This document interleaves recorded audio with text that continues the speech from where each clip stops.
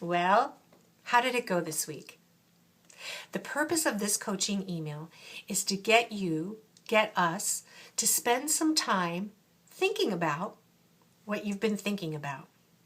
It's critical that we pause, debrief, and self-examine what kinds of emotions, thoughts, behaviors you might have had this week as you received and read your text reminders along with the questions that I asked you to engage with.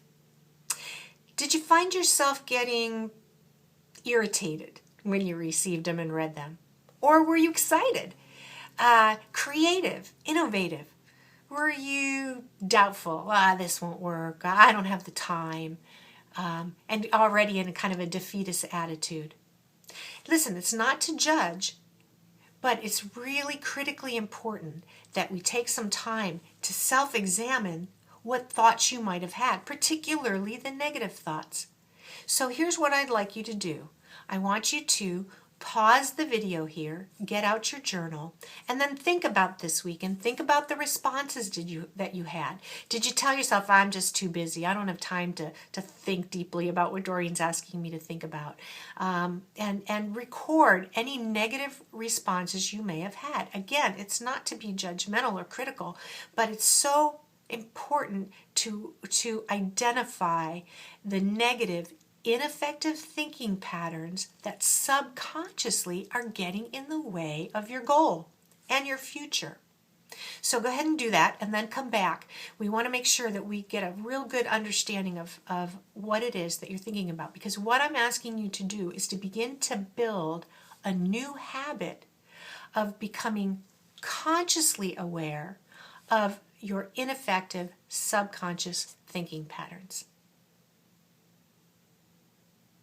Okay, now that you had a time to sort of journal and think about what it is you've been thinking about, if you had any areas where you were negative, where you found yourself pushing back, where you didn't do the work, let me offer up a couple of possibilities and use this as a checklist to see how you did. The first is this. Does your goal say what you want it to say? In other words, during this week, I've had you, and purposefully, read, picture, feel your goal statement over and over and over again. And I would imagine, as I mentioned in my very first video, that as you've done so, maybe your picture got more clear, more specific, more vivid.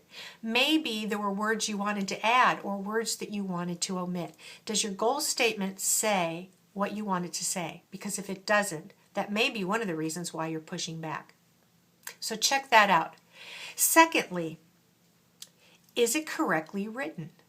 Is your goal statement correctly written? Now, one way you can check on that is to go back and review the 3 documents that I sent you in the mail. Look at the information that's there, then look at your goal statement. Because if it's not correctly written, there are ineffective ways to write goal statements. And ineffective goal statements lead to basically not a lot of goal accomplishment, okay? Thirdly, are you taking the time each day to read, picture, and feel your goal statement? I mentioned to you that the 2 best times of the day are just upon waking and just before going to bed. I'll get into the reasons of that much later down in the program. But for now, are you doing that? See, let me tell you why I've been having you do that and spend an entire week doing so. When we think in pictures. In other words, if I said the word blue to you, your mind doesn't see B-L-U-E. It has an image of blue. Maybe you saw the sky, or maybe it was the water, or something you own, or a crayon, or paint on a wall or something. We think in pictures. And we move toward the most dominant picture we hold in our mind on the subconscious level. Now, up till now, you've been dwelling on your current reality. Oh, maybe you had a desire for this goal for a long time, but your more dominant picture has been the current reality that you've been existing in. And so the purpose for having you twice a day for this entire week, read, picture, and vividly recall your goal statement is to create a new dominant picture in your mind. We're building in the neurons of your brain a new dominant belief statement, a new dominant picture, more dominant than your current reality. That's why it's so essential. That's why I've had you do this every day. And in fact, please continue to do so. Even as we now move forward into week number 2, go back and read, picture, and feel your goal statement each day, twice a day, in addition to moving forward. It's essential because otherwise, if you always do what you've always done, you will always get what you've always got. All right, week 2. Now we are going to be moving a little bit forward. We're going to move into motivation. Why do you want this goal? What's the purpose? What's the benefit for achieving it? What's the pay value, return on investment? All different ways of saying the same thing. But it's so essential that we spend some time on this. Why?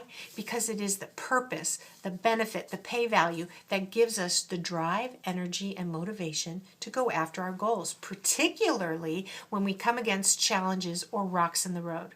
So we're going to spend this next week working on motivation, that drive and energy, that pay value of why is it that you want to go after this goal. So stay tuned. There's a lot more. Remember to stay on your goal statements, and I'll look forward to walking with you on this journey. All the best. See you next week.